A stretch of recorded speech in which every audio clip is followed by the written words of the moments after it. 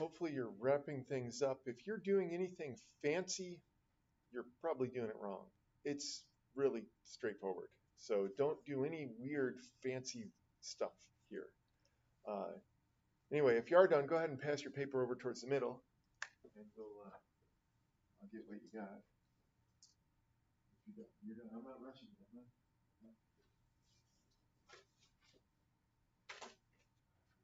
Corner.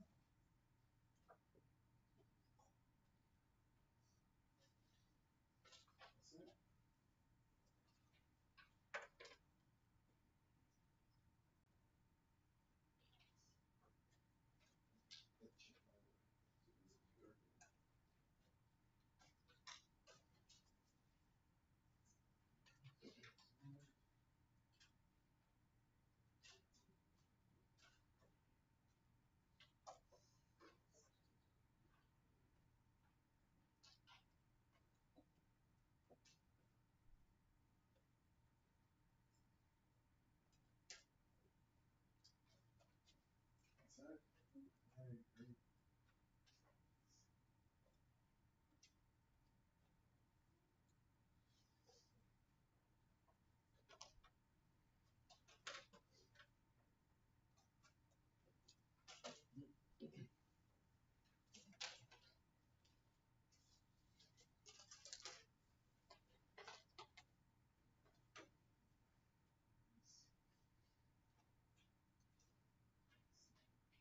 It's good. Yeah, sure. It's good.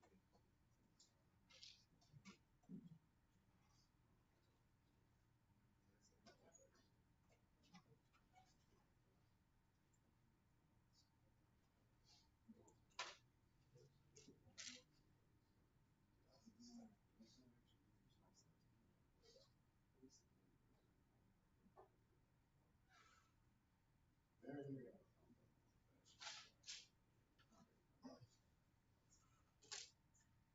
And after all that work, I hate to be done.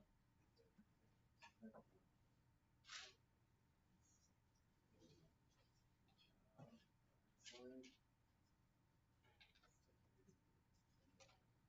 Oh, I see. I got it.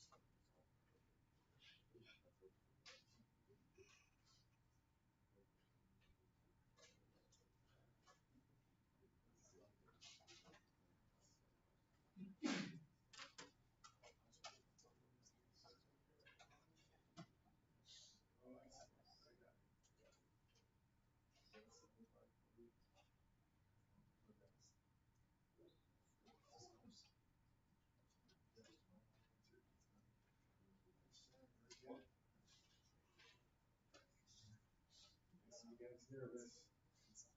This is the way I want it to be right now. We're gonna send you.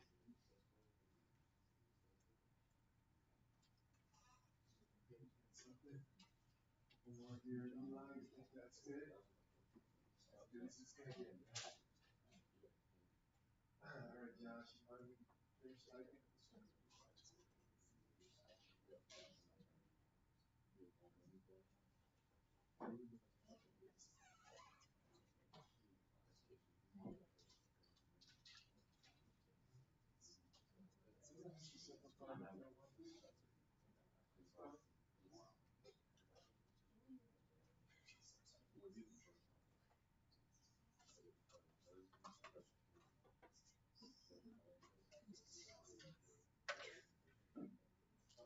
It's going back to nothing. Use the razor.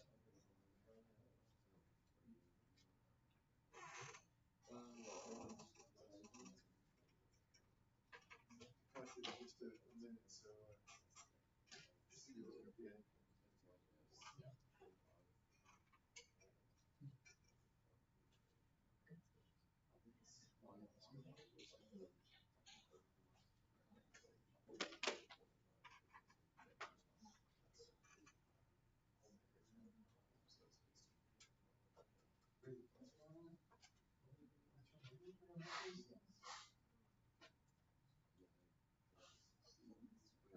Yeah, how's that? That's fine. Oh, almost. I thought we had this open. Yeah. Good. Let me go get the other guys. We'll come back. All right, you got something at least? You got something? You got something. You done something. Yeah, I did. Yeah, you wrote something. I wrote All right, something. good. That's good. Intern gives me a function. I wrote something. You wrote something. That's good. You write something. You wrote something. Just try. You're making. You want to make it hard. It's not hard. Okay. Let's see. I think I got them all. Anyone holding out on me? Oh, you got one. Good thing. I almost stapled it together without your fingers put it in lost. Okay. Why is it so much? All right. Any other holdouts? All right. They're getting stapled. All right. Let's take a look at what I did. So I think that the problem here is that I grabbed a quiz from Calculus 1 from the basics of it, because that's basically what you're doing. You're doing like the review of integrals and so forth. I thought, oh, this will be easy. But you've been so far away from Calc 1 maybe that's been an issue. So here, let's just do this one. The first one I think everyone hopefully got. You just multiply through by x. Nothing fancy. I don't want to see any substitution. But anyway, multiply through, and then you do the antiderivative of that. And you get this down here. That one okay? Okay, so that one wasn't bad. Second one, I gave you a hint, but some of you don't know how to do algebra.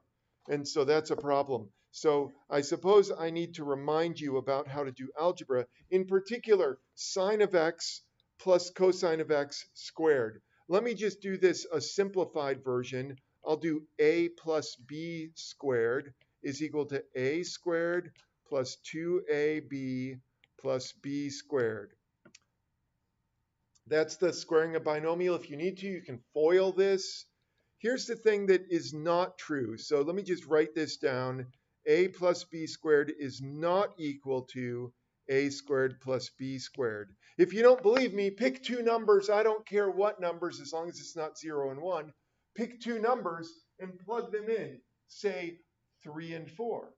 3 plus 4 squared is 49, right? 3 squared plus 4 squared is not 49. To get 49, you would have to add them together first, then square them. 3 squared plus 2 times 3 plus times 4 plus 4 squared, that is 49. So anyway, so when you square this thing, some of you left off this important term right here, which would cancel with that important term over there, and you'd end up with just the integral of 1. I just thought that was clever. Maybe too clever. But anyway, there it is. That should just be x plus c. Don't forget your constant of integration there. Okay, next one. Oh, this was not a problem, was it? I hope not. So you get x squared evaluated from 1 to 5, which is just 24. 25 minus 1, 24. Hopefully you all got that one. And then this last one, some of you wanted to do all sorts of weird stuff. Here's what I did. I just rewrote this as 3 fractions. Maybe I should have written it out, but 2x divided by the square root of x is 2 times x to the 1/2 power. Radical x over radical x is 1. And then 1 over radical x is x to the negative 1/2. So now that I have it as 3 separate chunks, you can do those individually.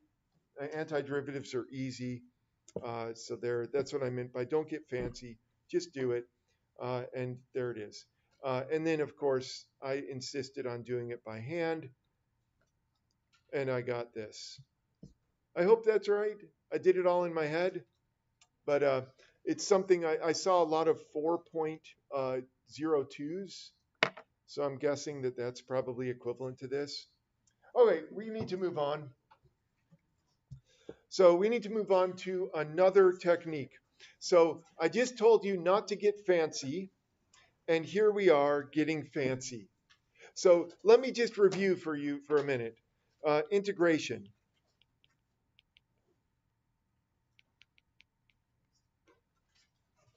Finding antiderivatives, right? Integration. You have just do it, the power rule, right? Power, whoops, give me a sec. So this is your favorite, is the power rule. What is the power rule? Well, it's the integral of x to the n dx is equal to x to the n plus 1 over n plus 1, provided that n is not equal to negative 1. So that's one of your favorites probably, is the power rule. And then, of course, you have sine and cosine. You've got those memorized because you have their derivatives memorized. You have some other things memorized. But then the other rule that you have memorized, I hope, because we've done it a few times, is substitution. And this is basically the opposite of the chain rule. So this just says that the integral of f of u du is equal to whatever. Yeah, okay, I don't even know how to write this. Capital F of u of x. How about that? Something like that. Anyway, the antiderivative. So this is if capital F of x is the antiderivative of little f of x dx. How about that? There. So, but whatever. It's something that you've done. I know that the way I just wrote it may have confused you. So don't be confused. Just do substitution however you do substitution. So substitution. That's it. Those are the only rules. The next week and a half or so, we're going to be doing other rules that will help us do antiderivatives like, here, just a sec, I'll clear some of this off here. Get rid of all that. Okay, so, oh, come on. That's what I wanted to do. So suppose you have an antiderivative like this. Say it's x times e to the x. So heretofore, we haven't been able to do integrals like this. You might say, let's do substitution, but substitution doesn't work with this particular integral. And it's such a simple function, isn't it? X times e to the x, and yet there isn't a clear path, at least not yet, to doing that antiderivative. We'll get to that in a minute. Another one that we're going to be dealing with is things like this. The square root of 1 minus x squared. Let's do that. Well, we won't do that now. So that one we'll get to maybe on Friday. And then one more just to show you that we're going to be doing all kinds of fun things in here. What about this? 1 over x squared plus 2x plus 1. Yeah, we'll do that one as well. So all three of these might be things that you think, oh, I could do something with that. But if I let you flounder for a while, it would be kind of like you doing the last one on this quiz, where you're just like spinning your wheels, going in circles. So we're going to be doing this one today using a technique called integration by parts. This one probably we'll get to on Friday. It's called integration with trig substitution. And then finally, this one, which is super fun, is integration by partial fractions. So you can look forward to that. A lot of algebra, by the way, a lot of algebra we're going to have to deal with. So let's deal with this. Why do we need this? It's because of integrals like this. This doesn't have a nice substitution that we can do. You can try to substitute, but you're going to fail. So, can we use substitution? You can try, but what are you going to substitute for? Is u going to equal x? Then du is equal to what? Dx? It doesn't make any sense. Here, let me actually do that, because some of you may not believe me. If u equals x, du equals dx, then this thing becomes this. Can you see what I just did? All I did was I changed the letter. Nothing else changed. So you might try some other things, but nothing really works with this particular expression. So what we're going to end up doing is we're going to be doing what you would hope would work. And when you look at this, hopefully what you're thinking is, if you can't use substitution, why not use the product rule, right? Did anyone think of the product rule with this? If you did, you're on the right track. The only problem is that the product rule is a rule for derivatives, like going down. We want to go the opposite direction. We want to do the opposite of the product rule. So we're going to have to do a little bit of work. And so that's what we're going to do here is I'm going to do the product rule first, and then I'll figure out how to untangle the product rule. So let's get the product rule down. You know the product rule. I know you know it because you did this in Calc 1. In fact, I'm so confident that by the time I have pulled this out and picked a person, you will have written it down. Give me a sec here. Pick me. I love the name of this app. Okay. Nolan, how would you write the product rule for this thing?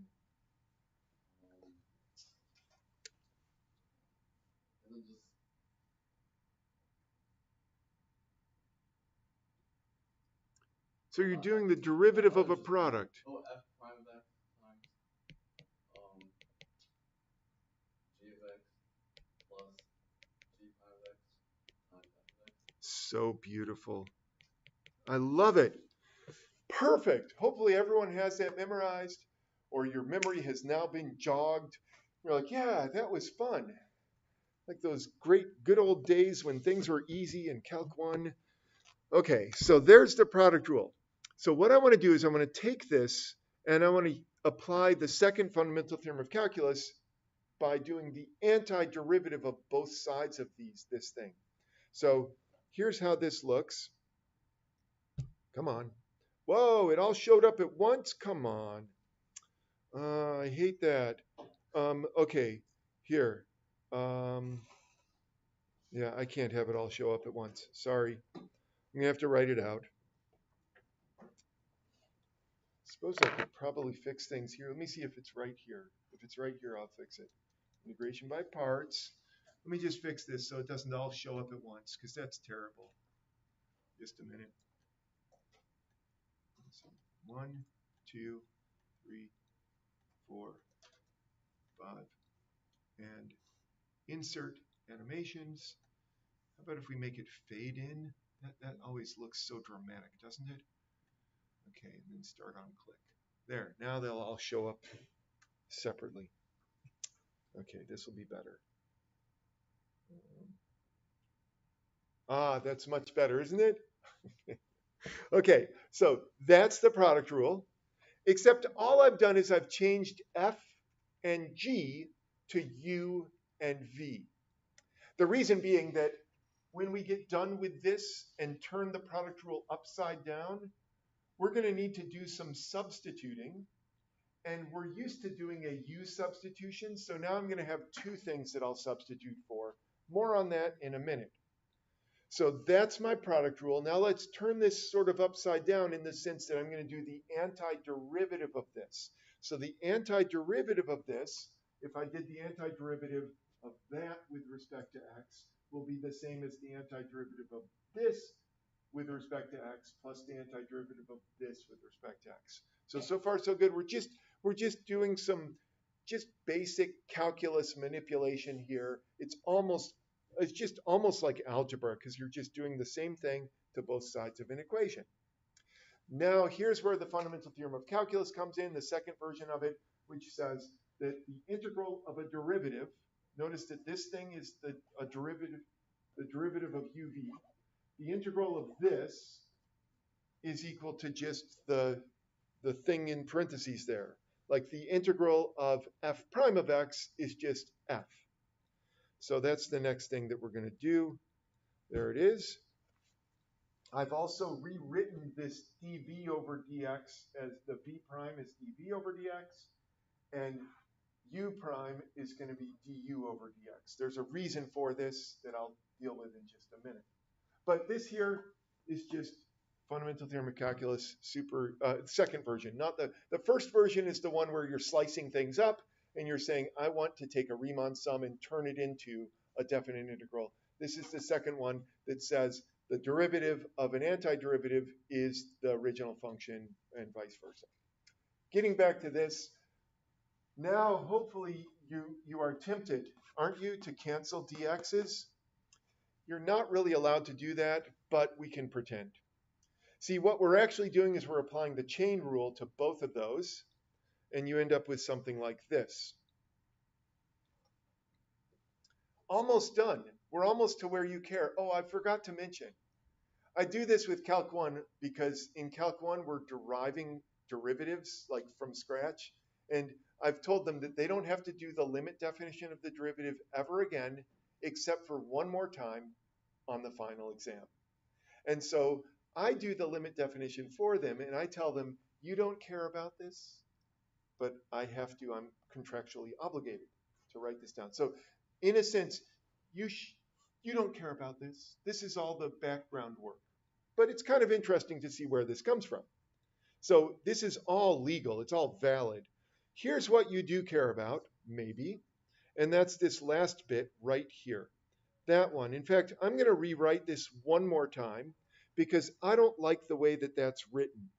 So let me just rewrite it one more time, and I'm going to call this integration by parts. That line right there. Oh, by the way, you might say, well, I've already written that down. Am I going to have to write down something different? No. All I'm going to do is I'm going to take these and I'm going to switch sides so that the integral of u dv is on the left and the other stuff is on the right. That's all I'm going to do here.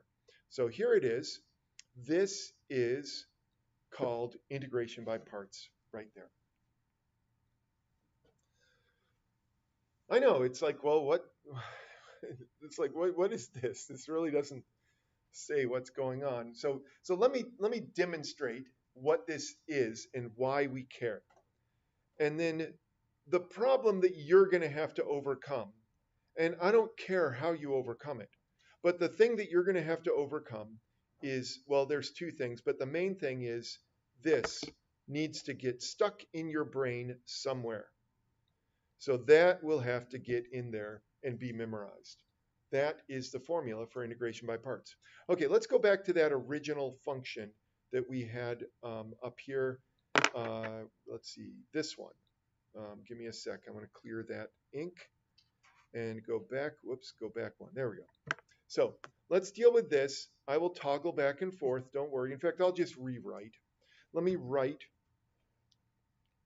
integral of u dv is equal to u times v minus the integral of v du. Now, this particular problem that I have here, the integral of x times e of x, e to the x, is already written in such a way that the u and the dv are in the correct position. It's not always going to be this easy. In fact, that's going to be the second thing that you're going to have to overcome, is you're going to have to do a considerable amount of algebra before you can apply this rule.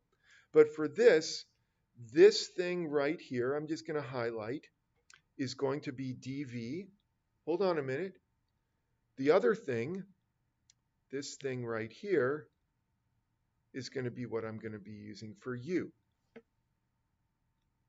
Now, we're going to use quite a bit of accounting, if you will. Like, we want to do this very carefully.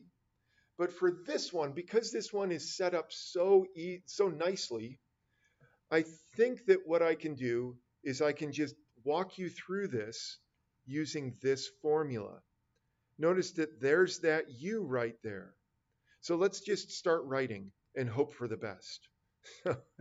I know that's dangerous, but here, this u is just x. Now, I'll bet you can answer this. In fact, I am so confident, I'm just going to pick someone. I'll just pick Logan.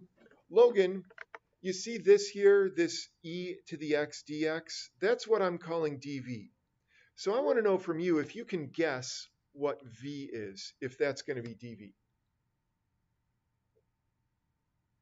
Can you think of a function whose derivative is in this light blue here? Said another way, do you know the antiderivative of e to the x?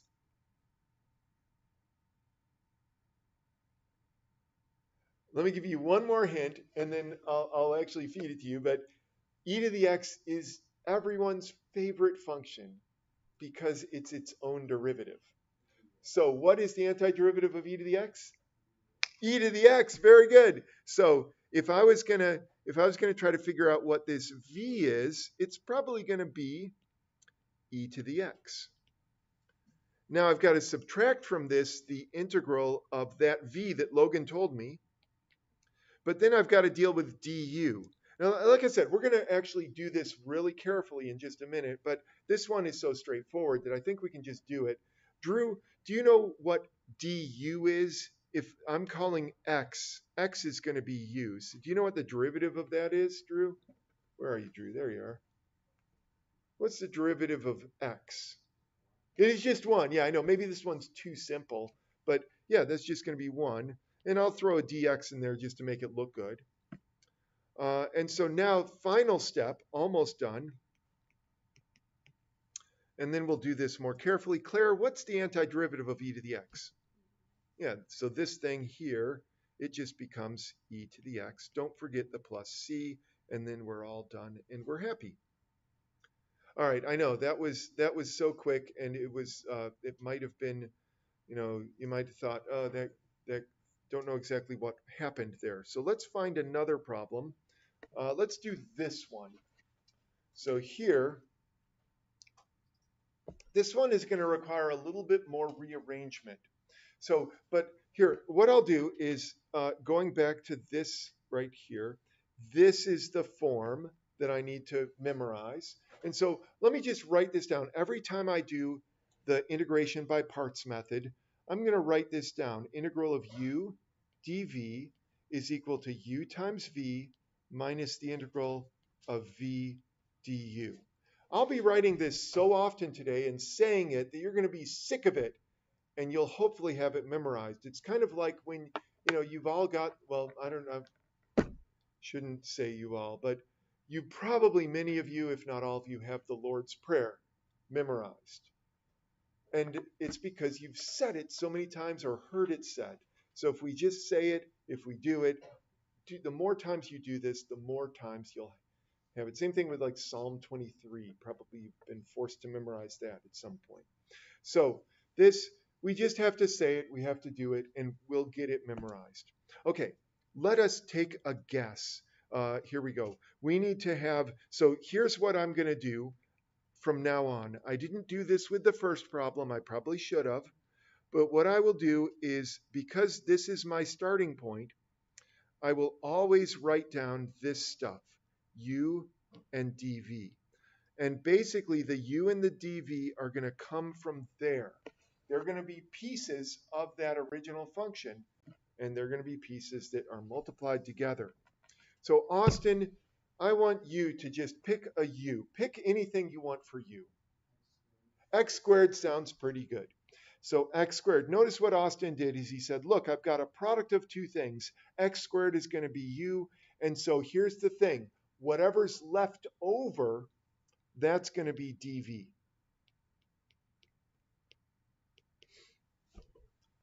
So far, so good? So you just, this step one with integration by parts, well, actually step one is to write that down. Then step two, I guess, is to separate this into two functions that are multiplied together. One of them is going to be called u, and one of them is going to be dv. Now, the third step is that I need to know what the derivatives are. So du, so think of this as the derivative of u. Oh, and I guess this I'm going to have to figure out what v is. We'll get to that in a minute. Let's do the du. That's the easy one. Luke, you know what the du is, don't you? What is du? 2x. Now, technically, what Luke just said is not correct, but everyone here probably said 2x, didn't you? So the thing that's missing is that this is not du. That's actually du over dx, is what Luke said. And that's what you're thinking. You're thinking derivative of u is 2x. That's totally fine. But I guess I wanted to emphasize that that's not quite right, because that's du over dx, and I didn't ask you for that. I asked you for du. And so the way you get from du over dx to just du is multiply both sides by dx. So I guess what I'm just trying to point out is that when you're doing du, do the derivative the way Luke did. Fine, nothing wrong with it. I didn't mean to make you feel bad. You don't feel bad, do you? Okay, good. Anyway, just do your derivative, but then tack a dx on the end. So do the derivative dx. It's the chain rule, but we don't need to get into all of that. Just throw a dx on there. It'll make me feel better. Okay, now for v, notice what I have here is dv. I need to do the antiderivative of the natural log of x dx. Antiderivative of natural log of x. Does anyone know offhand the antiderivative? It's not 1 over x. Don't tell me 1 over x. Yeah, this, you probably don't have it memorized. And sadly, we don't have big, thick textbooks anymore. I actually took my calculus textbook off the shelf. Was it yesterday or the day before? I don't know. I took it off the shelf because I needed to look something up. And I, looked up the thing and then I put it back on the shelf. But those big fat textbooks, one of the things I loved about them is if you open up the very inside front cover or the inside back cover, depends on which book you have, they have a list of all of the basic antiderivatives and all of the basic derivatives on that inside front cover. I know you can Google it nowadays, but it's so much more fun to see them printed right in front of you. Anyway, this one is not a very well-known antiderivative. This one is x ln of x minus x. Do I have that right? I believe that's right. Okay, is this, you've got it memorized, Luke? Do you? Amazing. I don't even have it memorized. I gotta be honest, I had to think through the derivation. Incredible. But anyway, whatever. There it is. That's what the antiderivative, so that's v. So far so good? Now notice that the v, the du has dx attached to it. V does not, because I've just done an antiderivative. You don't need a plus c or anything like that. Okay, we're doing all right. I feel good about this. Do you feel good about it? Okay, I know you're feeling queasy, but hopefully we'll feel good in a minute. Let us put this all together. So now the trick is to be super careful. And this is where some of you, just a minute. Sorry, that's not your quiz. This is your quiz. Hold on a sec. I will not name names, but I will say that I did not write as neatly as this person did when I was in calculus. That is beautiful. Let me find one that is similar to what I would write. Let's see, that's approaching the messiness. That's not bad. Anyway, you know who you are if you write messy. Wow, these are all so good. You guys, way better than when I was, okay, this is getting a little bit messy. So we don't know who this is. But see, it's getting messy, but still, it's like horizontal lines. Mine was like at an angle, and I had like loop-de-loops. Just a minute. There's got to be someone in here. Really? You guys are all doing so well? Yeah, it's incredible. Oh, wait. I see something. Here we go. This looks like my paper. When I was in your seat, I would have some mess like this. It'd be like crossed out stuff and all kinds of mess. Nothing wrong with it necessarily, but it does make doing this more difficult. So I've had to train myself to be more careful with this. So let us be careful. The next step is to actually apply this stuff. So I'm actually going to write down that stuff down here. So this stuff, whoops, here we go. So I have u times v, that's x squared, and oh, just a minute. Let me just get rid of what I just wrote for just a sec. You know what I'm going to do? I'm going to be so careful that I'm going to actually write down the thing in the box up there. That thing, I'm going to rewrite it down here, just so I can be sure. So this thing becomes u times v minus the integral of v du. Oh no, we only have 15 minutes? Okay, it's okay. It's going to be all right. So u times v minus the integral of v du. So this will be u times v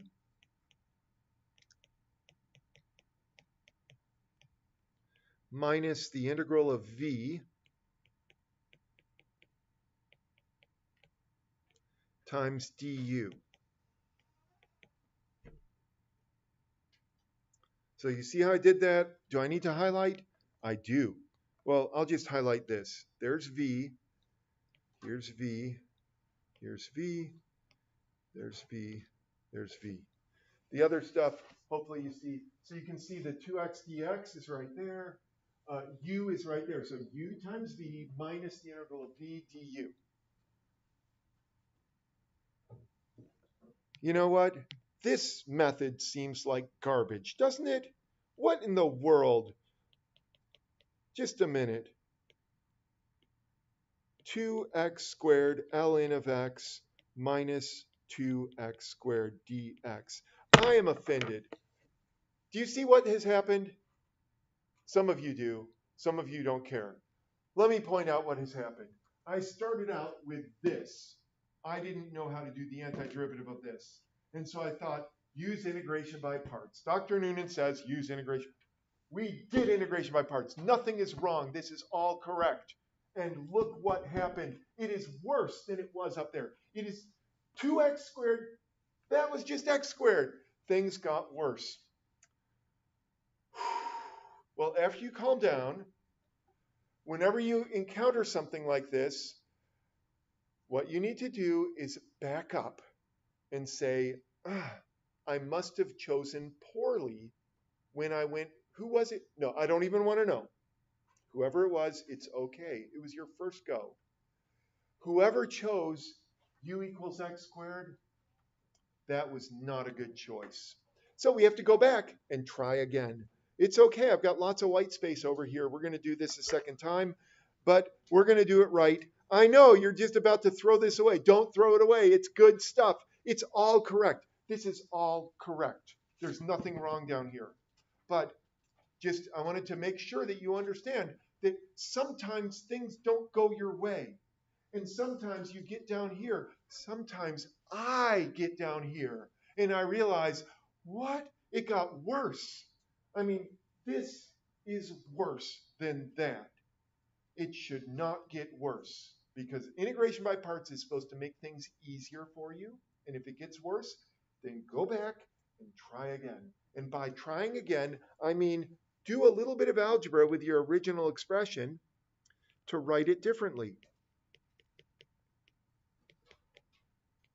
Now, I led you astray, whoever it was. I don't remember, so don't worry. I'm not blaming you. I'm blaming me. I led you astray. When I wrote it like this and I circled that, I kind of made you. That was the obvious choice for you, wasn't it? So I want to get a better version or better thing for you. I think we're over to Ethan. Ethan, now that we have this, just a minute. I need to fix this because it looks ugly. Hold on a sec. Now that we have this version, what would you like me to use for u, and what would you like for dv? What do you think?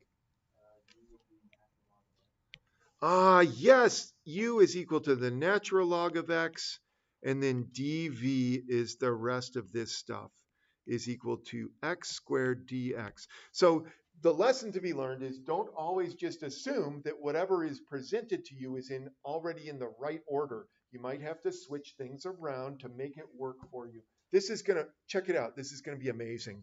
Let's see. This won't take long. Jackson, you know the derivative of u, don't you? 1 over x. And don't forget to tack on a dx there. Very nice. And then we have Cooper, you know this is going to be the antiderivative. I won't even write it down. We're just going to do the antiderivative of x squared. X to the third over 3. Beautiful, beautiful. Now I go down here. Look at how much nicer this is. I don't need to get all exercised about this, do I? I just have to take a deep breath. When I hit something like this, little roadblock, come over here and just redo it. Just switch things around. It's going to be all right. So let's see. This is going to be u times v minus the integral of v du. Hopefully you're going to get that stuck in your brain somewhere. Let's actually just do this. U times v, that's the natural log of x, times x cubed over 3 minus the integral of v x cubed over 3 times du. Hold on a minute. I got to do a little bit of algebra here. So that's going to equal this times x cubed over 3. And this is going to be 1/3 integral of x squared dx. Hopefully everyone is okay with what I just did here. I pulled the 3 out front, so it's 1/3. And x cubed over x is x squared. Is that all right? That looks good? Okay, now this, check it out, compare. On the left, there's nothing wrong. Nothing wrong over here. This is all correct. All correct. But after doing the integration by parts step, I made it worse. Over here on the right, this is all correct as well. I did the integration by parts step. I hope you can recognize that this integral is easier than that integral. In the first case, I had natural log of x times x squared. Now I just have x squared all by itself. That's what we want. We want to make things simpler. And in fact, this is so simple that we're almost done. Let us just finish. Who are we left with? We're left with Matthew. Matthew, what is the antiderivative of x squared? Very nice. So let me just write this in here. 1/3 x to the third over 3. Now that we're done with everything, I'm going to put the plus c in there. And that's it. I know you could clean that up a bit. You could factor out x cubed. You could combine the 1/3 with the 3 on the bottom there. Whatever. All good, though. Whew, wow. Sorry, I got a little bit. It's going to be all right. Let's see. Let's do another one of these. How about this one right here? Yeah, let's try this one. Now, I'll tell you right off the bat, you're going to have to do a little bit of algebra before you do any integration by parts. But we know what's coming, and what's coming is that the integral of u dv is going to equal u times v minus the integral of v du. So take a minute, see if you can do some rearranging so that you have a u times v. I need a product. That is not a product, that is a quotient. I want a product.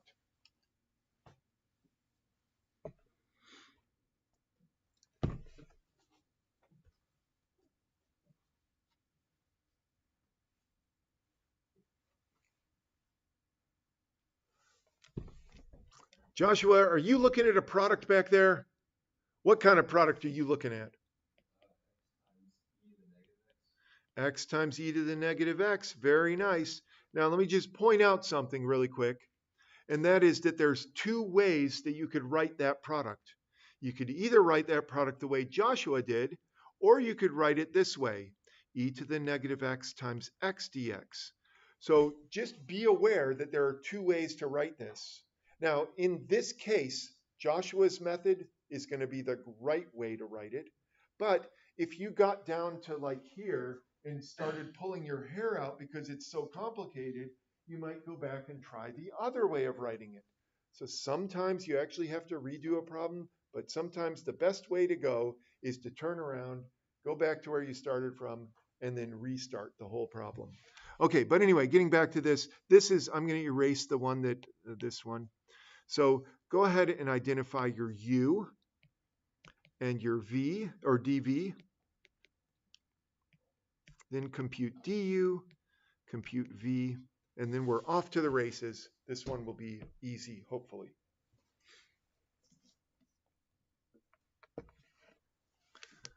Where am I in my list here? Oh, I see.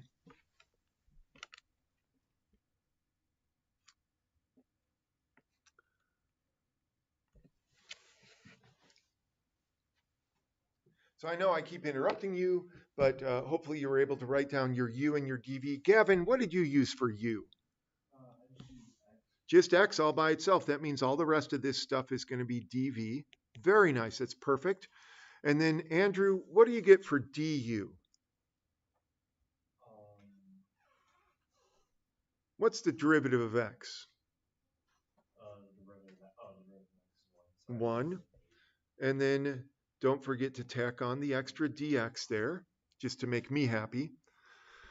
It's not entirely necessary. I just got to confess. It's not.